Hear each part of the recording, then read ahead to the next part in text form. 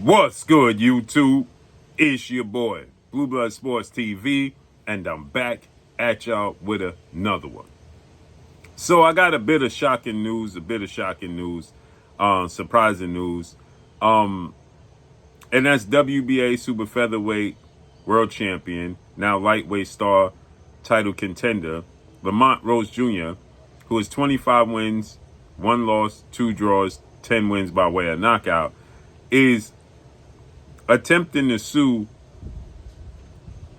5-time world champion, 3-division world champion, undefeated superstar boxer, who is considered the cash cow in the sport of boxing, Gervonta Tank Davis, who has 30 wins, no losses, 1 draw, 28 wins by way of knockout, after they fought to a controversial draw that I thought Lamont Roach won March 1st at the Barclays Center in Brooklyn, New York. And they were supposed to have a highly anticipated rematch.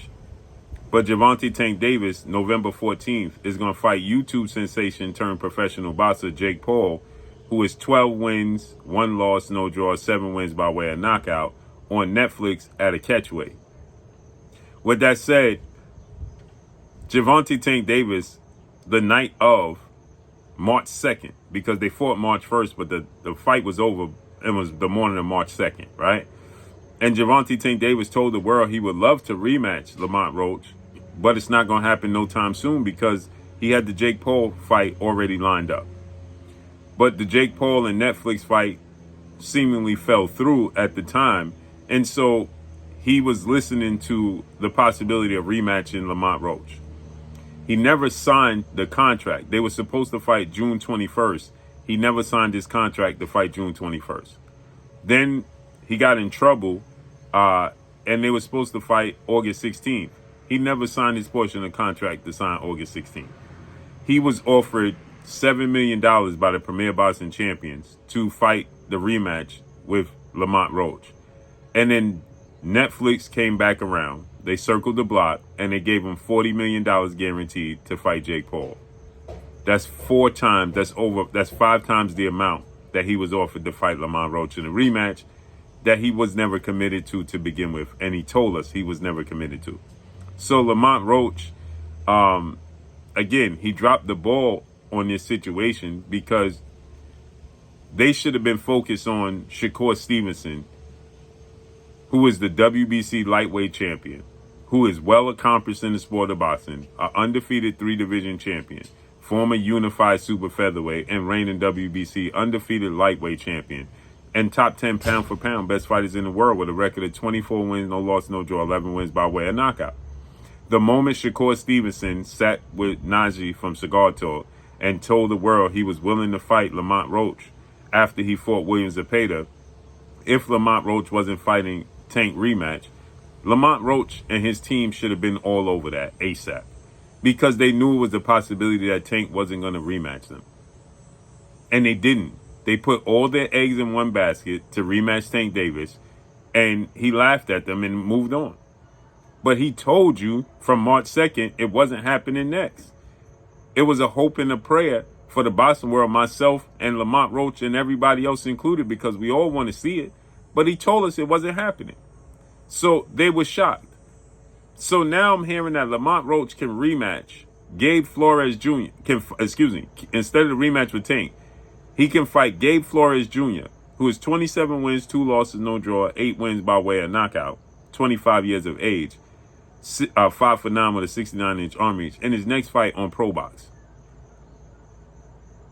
Now, I get it because Shakur said he's not going to fight until 2026, early part of 2026, right?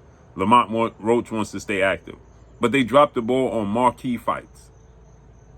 Him fighting Gabe Flores is going to drop his stock on Pro Box. It's going to drop his stock. No disrespect to Pro Box. I love what they're doing. But it's going to drop his stock. Lamont Roach Jr. should have been focused on other marquee names ASAP and then spin the block on Tank rematch. Because you knew it was a possibility, like Lamont Roach and Senior and Junior said. He was never committed to the fight. So from that point forward, all these months, all this time, the summer passed by We are going into September. Next week will be September. You let 6 months pass by and you hinged your wagon to Tank Davis rematch that he never committed to. That's what you did. The momentum, the stock that you had from outperforming everybody's expectations of what they expected of you against Gervonta Tank Davis. The stock was high. Stephen A. Smith wanted to interview. ESPN. You name them, they wanted to interview Lamont Roach because he arguably beat Tank Davis that night. And he let it fizzle out, putting all his eggs in one basket. Now he's trying to sue Tank because Tank didn't do the rematch. But he was never committed to doing the rematch.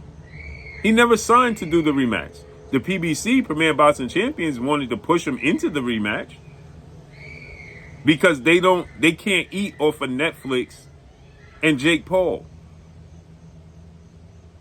And they saw how hot it was for Tank to fight Lamont Roach. But he wasn't committed to it because he always stood pat. Just like Lamont Roach waited for him. The difference is he waited for Jake Paul, but his stock, he can wait for Jake Paul and spin the block and fight anybody and get big money. Lamont Roach can't.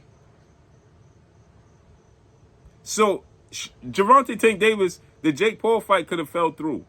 And then he could have sat the year out and just told the world, use his legal issues as an alibi to sit the rest of the year out, and he would have been just fine.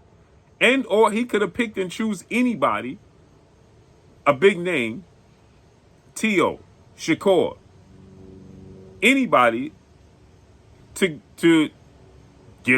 muster up another big fight, marquee fight. Lamont Roach couldn't. You couldn't afford to sit there and wait for Tank. He could afford to sit there and wait for Jake Paul. That's the difference. Now he's falling on Gabe Flores Jr. as a possibility on Pro Box, which means his stock is going to drop. And if you struggle or fumble next fight, because nothing is promised in the sport of boxing, it's going to look even worse. Should have been focused on Shakur Stevenson or Keyshawn Davis or somebody that magnitude ASAP. Focused on them and then spin the block on Tank Davis when he's ready.